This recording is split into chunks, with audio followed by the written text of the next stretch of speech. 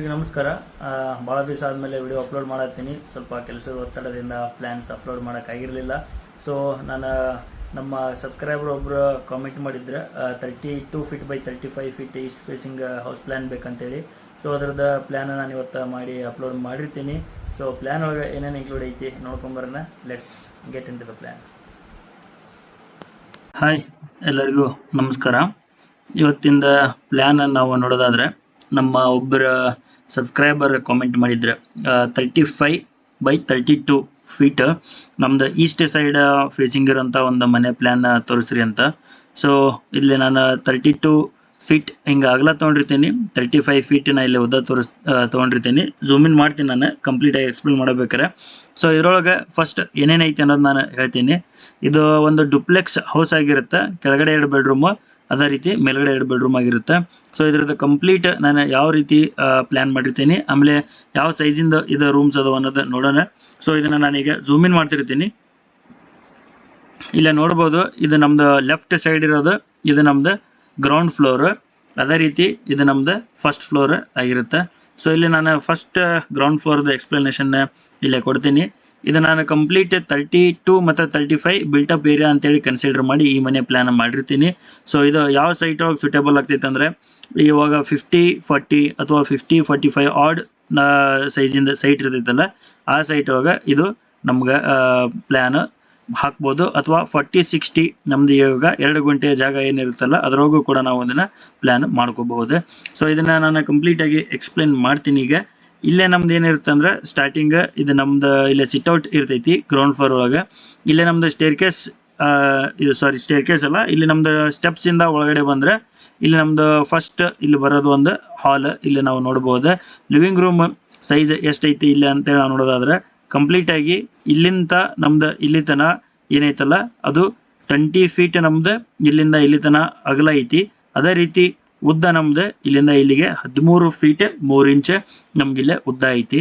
So ಇಲ್ಲೇ ನಾವು ನೋಡ್ಬೋದು, ಇಲ್ಲೇ ಏನು ಬ್ರೌನ್ ಕಲರ್ ಒಳಗೆ ನಾನು ಒಂದು ಇದನ್ನ ತೋರಿಸೇನಲ್ಲ, ಇದು ಏನಪ್ಪ ಅಂದರೆ TV ಯೂನಿಟ್ ಆಗಿರುತ್ತೆ. ಇದು ನಮ್ದು ವಾಲ್ ಅಲ್ಲ, ಇದು ನಾವು ಇದು ನಮ್ದು ಇಂಟೀರಿಯರ್ ವರ್ಕ್ ಮಾಡ್ಕೊಳುವಾಗ ಇದು ನಮ್ದು ಪ್ಲೇವುಡ್ ಒಳಗೆ ಇದನ್ನು ನಾವು ಮಾಡ್ಕೋಬಹುದು. ಇಂಟೀರಿಯರ್ ವರ್ಕ್ ಒಳಗೆ ನಮ್ದು TV ಯೂನಿಟಿನ. ಸೊ ಇಲ್ಲಿ ಯಾಕೆ ಮಾಡೀನಿ ಅನ್ನೋದು ನಾನು ನೆಕ್ಸ್ಟ್ ಹೇಳ್ತೀನಿ. ಇಲ್ಲೇ ನಾವು ನೋಡ್ಬೋದು ಸೌತ್ ಈಸ್ಟ್ ಕಡೆ ಅಂದರೆ ನಮ್ದು ಆಗ್ನೇಯ ದಿಕ್ಕಿನೊಳಗೆ ಕಿಚನ್ ನಾವು ಪ್ಲೇಸ್ ಮಾಡಿರ್ತೀವಿ. ಇಲ್ಲೇ ಕಿಚನ್ ಇದು ಡೈನಿಂಗ್ ಇನ್ಕ್ಲೂಡ್ ಆಗಿರುತ್ತೆ. ನಮ್ದು ಇದು ಉದ್ದ ಎಷ್ಟೈತೆ ಅಂದರೆ, ಇಲ್ಲಿಂದ ಇಲ್ಲಿ ತನಕ ನಮ್ಗೆ 14.5 ಫೀಟ್ ಉದ್ದ ಐತಿ. ಅದೇ ರೀತಿ ಅಗಲ ನಮ್ದು 10 ಫೀಟ್ ಐತಿ. ಅದರೊಳಗೆ ನಾವು ಇಲ್ಲೇ ಮಾಡೇವಂದ್ರೆ ಎಲ್ ಶೇಪ್ ಕಿಚನ್ ಕಟ್ಟಿನ ನಾವು ಇಲ್ಲೇ ಪ್ರೊವೈಡ್ ಮಾಡಿರ್ತೀವಿ. ಇಲ್ಲೇ ನಾವು ಅದನ್ನು ನೆಕ್ಸ್ಟ್ ಇಂಟೀರಿಯರ್ ವರ್ಕ್ ಮಾಡ್ಕೊಳುವಾಗ ನಾವು ಇದನ್ನು ಮಾಡ್ಯುಲರ್ ಕಿಚನ್ ಆಗಿ ಕನ್ವರ್ಟ್ ಮಾಡ್ಕೋಬಹುದು. ಸೊ ಇಲ್ಲಿ ನಾವು ಇಲ್ಲಿ ಡೈನಿಂಗ್ ಇರೋದ್ರಿಂದ ಈ ಕಾರ್ನರ್ ಒಳಗೆ ಒಂದು ಸಿಂಕನ್ನು ಕೊಟ್ಟಿರ್ತೀವಿ ಇಲ್ಲೇ. ಸೊ ದ್ಯಾಟ್ ಇಲ್ಲಿ ನಮ್ದು ಡೈನಿಂಗ್ ಟೇಬಲನ್ನು ನಾವು ಇಲ್ಲೇ ಪ್ಲೇಸ್ ಮಾಡ್ಕೊಂಡ್ರೆ ನಮ್ಗೆ ಅವಾಗ ಇಲ್ಲೇ ಹ್ಯಾಂಡ್ ವಾಶ್ ಮಾಡ್ಕೊಳಕ್ಕದ ಈಸಿಯಾಗಿ ಎಕ್ಸಸ್ ಆಗುತ್ತೆ. ಅಥವಾ ನಾವು ಈ ಸಿಂಕ್ ಇದನ್ನು ನಾವು ಈ ವಾಲ್ ಒಳಗೂ ಪ್ಲೇಸ್ ಮಾಡ್ಕೋಬಹುದು. ಸೊ ದ್ಯಾಟ್ ನಮ್ಗೆ ಏನಾಗುತ್ತೆ ಅಂದ್ರೆ ಅದು ಯೂಸ್ ಮಾಡ್ಕೊಳಕ್ಕೆ ಈಸಿ ಆಗುತ್ತೆ.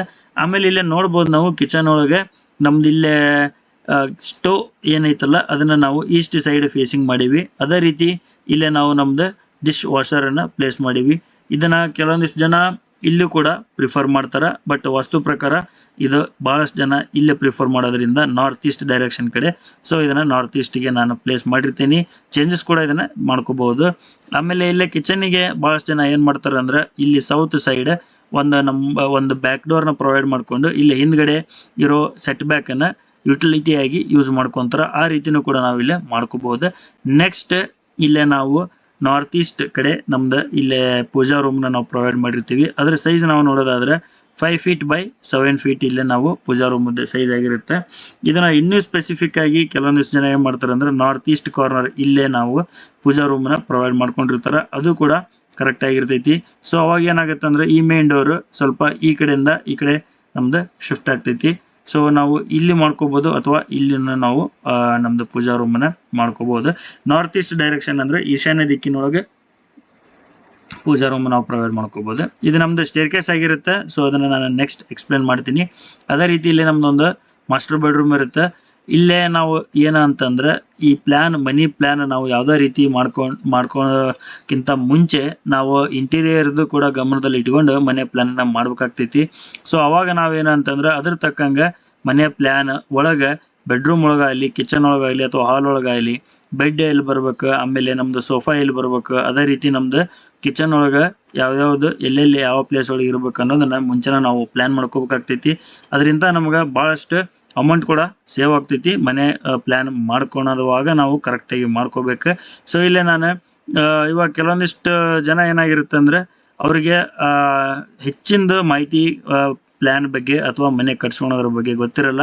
ಸೊ ದ್ಯಾಟ್ ನೀವು ಏನು ಮಾಡ್ಬೇಕಂದ್ರೆ ನಿಮ್ಮ ಇಂಜಿನಿಯರ್ ಜೊತೆ ಕುತ್ಕೊಂಡು ಅದನ್ನು ಫಸ್ಟ್ ಡಿಸ್ಕಸ್ ಮಾಡ್ಬೇಕು. ನಿಮ್ಮದು ಫ್ಯೂಚರ್ ಪ್ಲ್ಯಾನ್ ಏನೈತಿ ಇಂಟೀರಿಯರ್ ಬಗ್ಗೆ ಅನ್ನೋದನ್ನು ಕೂಡ ಅವ್ರ ಜೊತೆ ನೀವು ಡಿಸ್ಕಸ್ ಮಾಡಿದರೆ ಅವರು ಒಂದು ಐಡಿಯಾ ಕೊಡ್ತಾರೆ.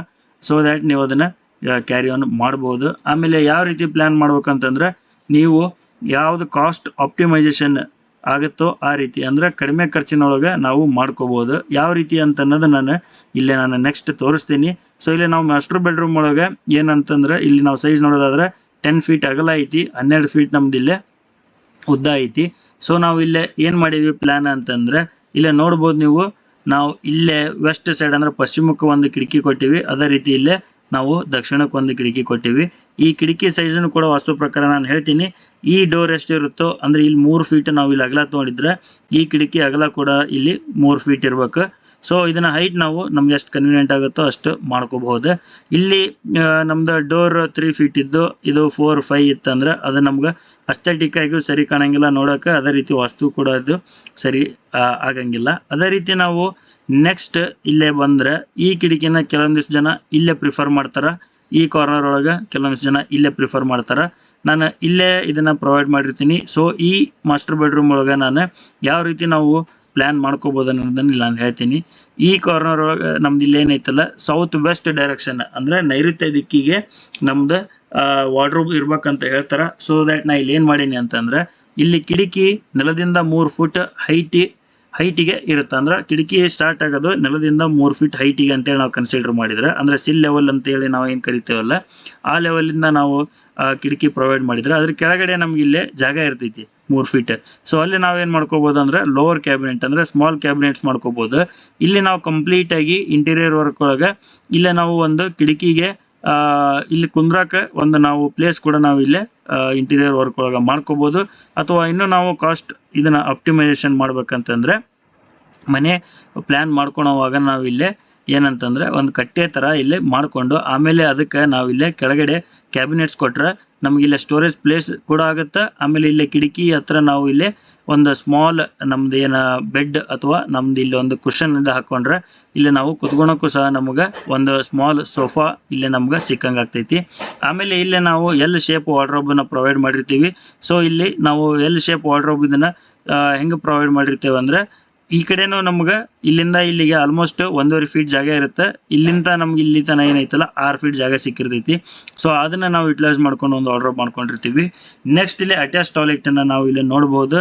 ಇದನ್ನ ಒಂದೇ ಲೈನ್ನಾಗ ಆದಷ್ಟು ನಾವು ಇದನ್ನ ಬರುವಂಗೆ ನೋಡ್ಕೋಬೇಕು. ಅಂದ್ರೆ ಯಾವ್ದಪ್ಪ ಅಂದ್ರೆ ಕಮೋಡ್ ಸೀಟ್, ಆಮೇಲೆ ನಮ್ದು ಸ್ನಾನ ಮಾಡೋದು ಇಲ್ಲೇ ಟ್ಯಾಪ್ಸ್, ಆಮೇಲೆ ನೆಕ್ಸ್ಟ್ ಸಿಂಕ್, ಇದೆಲ್ಲ ಒಂದೇ ಲೈನಾಗಿ ಬಂದ್ರೆ ನಮ್ದು ಏನಾಗುತ್ತೆ ಅಂದ್ರೆ ಕಾಸ್ಟ್ ಆಪ್ಟಿಮೈಸೇಷನ್ ಮಾಡೋಕೆ ಹೆಲ್ಪ್ ಆಗುತ್ತೆ. ಸೊ ದ್ಯಾಟ್ ಯಾಕಂದ್ರೆ ಇಲ್ಲಿ ನಮ್ದು ಪೈಪಿಂಗ್ ಕೂಡ ಒಂದೇ ಲೈನ್ ಒಳಗೆ ಬಂದ್ಬಿಡ್ತೈತಿ. ಅದೇ ರೀತಿನೂ ಈ ಟಾಯ್ಲೆಟ್ ನಾವು ಇಲ್ಲೇ ಕಾಮನ್ ಆಗಿ ಕೊಟ್ಟಿರೋದನ್ನು ಸಹ ಒಂದೇ ಲೈನ್ ಒಳಗೆ ನಾವು ಇಲ್ಲಿ ಪ್ರೊವೈಡ್ ಮಾಡಿರ್ತೀವಿ.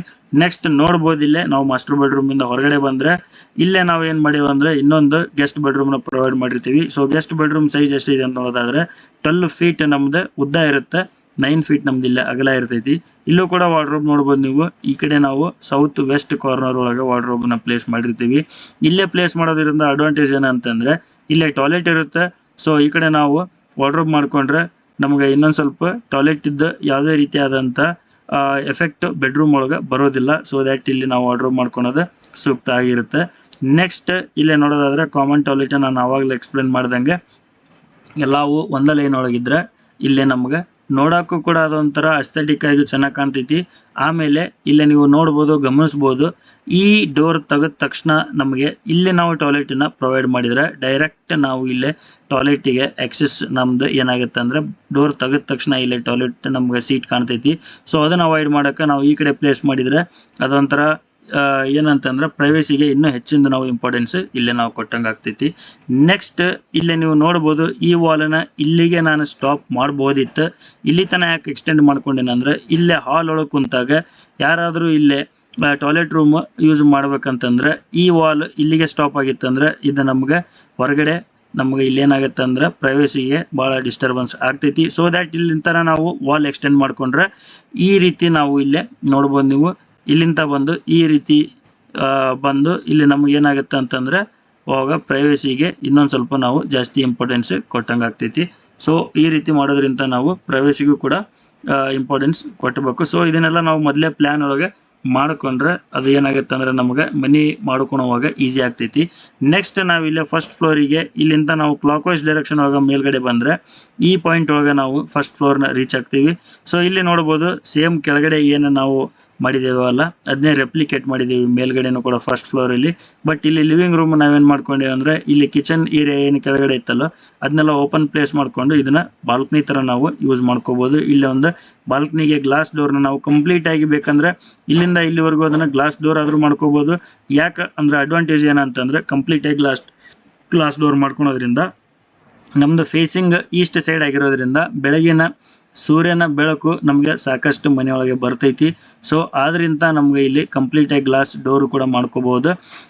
ಸೊ ಇದು ಪ್ಲ್ಯಾನ್ ಏನಂತಂದ್ರೆ 32 ಫೀಟ್ ಅಗಲ 35 ಫೀಟ್ ಉದ್ದ ಆಗಿರುತ್ತೆ.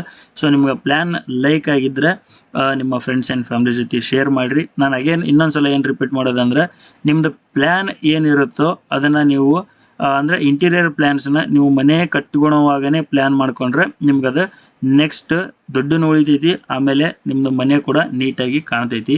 ಸೊ ನೀವು ಫ್ಯೂಚರ್ ನಾನು ಫಸ್ಟ್ ಮನೆ ಪ್ಲ್ಯಾನ್ ಮಾಡ್ಕೊತೀನಿ ಆಮೇಲೆ ಇಂಟೀರಿಯರ್ ಮಾಡ್ತೀನಿ ಅಂತಂದರೆ ಸೊ ಅದು ಮನೆ ಪ್ಲ್ಯಾನಿಗೆ ಇಂಟೀರಿಯರ್ಗೆ ಕೆಲವೊಂದು ಸಲ ಏನಾಗ್ತೈತೆ ಅಂದರೆ match ಆಗ್ತಿರಂಗಿಲ್ಲ.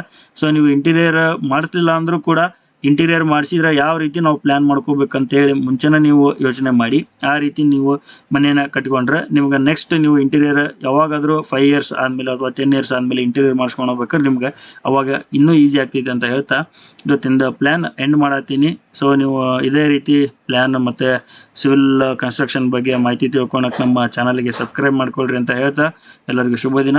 Take care. So plan ಇದಾಗಿತ್ತು. ನಿಮ್ಗೆ ಮತ್ತೆ ಯಾವ್ದಾರ ಪ್ಲ್ಯಾನ್ ಬೇಕಂದ್ರೆ ಪ್ಲೀಸ್ ಕಾಮೆಂಟ್ ಡೌನ್ ಮಾಡಿರಿ. ಆಮೇಲೆ ಯಾವ್ದಾರ ಕನ್ಸ್ಟ್ರಕ್ಷನ್ ಇತ್ತಂದ್ರೆ ಪ್ಲೀಸ್ ಲೆಟ್ ಮಿ ನೋ, ನಾನು ನಂಬರ್ ಹಾಕಿರ್ತೀನಿ. ಸೊ ದ್ಯಾಟ್ ನಿಮಗೂ ಕೂಡ ಕನ್ಸ್ಟ್ರಕ್ಷನ್ ಬಗ್ಗೆ ಮಾಹಿತಿ ಆಗಲಿ ಅಥವಾ ಕನ್ಸ್ಟ್ರಕ್ಷನ್ ಮಾಡಬೇಕಾಗಿತ್ತಂದ್ರೆ ಆ ನಂಬರಿಗೆ ಕಾಂಟ್ಯಾಕ್ಟ್ ಮಾಡಿರಿ.